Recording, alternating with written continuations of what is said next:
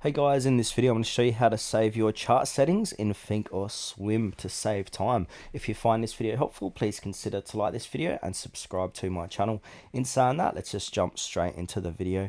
Okay, so what I'm going to do, I'm just going to change how this chart looks. So I'm going to click on the chart settings here. Now I'm going to go to appearance, and now I'm just going to change some colors here. So I'm going to change the border up to say yellow and the border down to orange.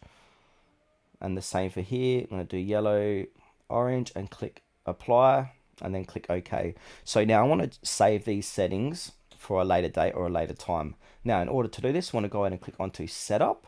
Then we need to save this workspace as, and then just give this a name. So I'm just going to call this test 1, and then click onto save. Now that's going to save your chart settings. Now, if you want to load back up those save chart settings, want to click on the setup again, and then from here it's got here it is here, last loaded test 1, so that's the one, and then it'll say current workspace layout will be reloaded. Click OK.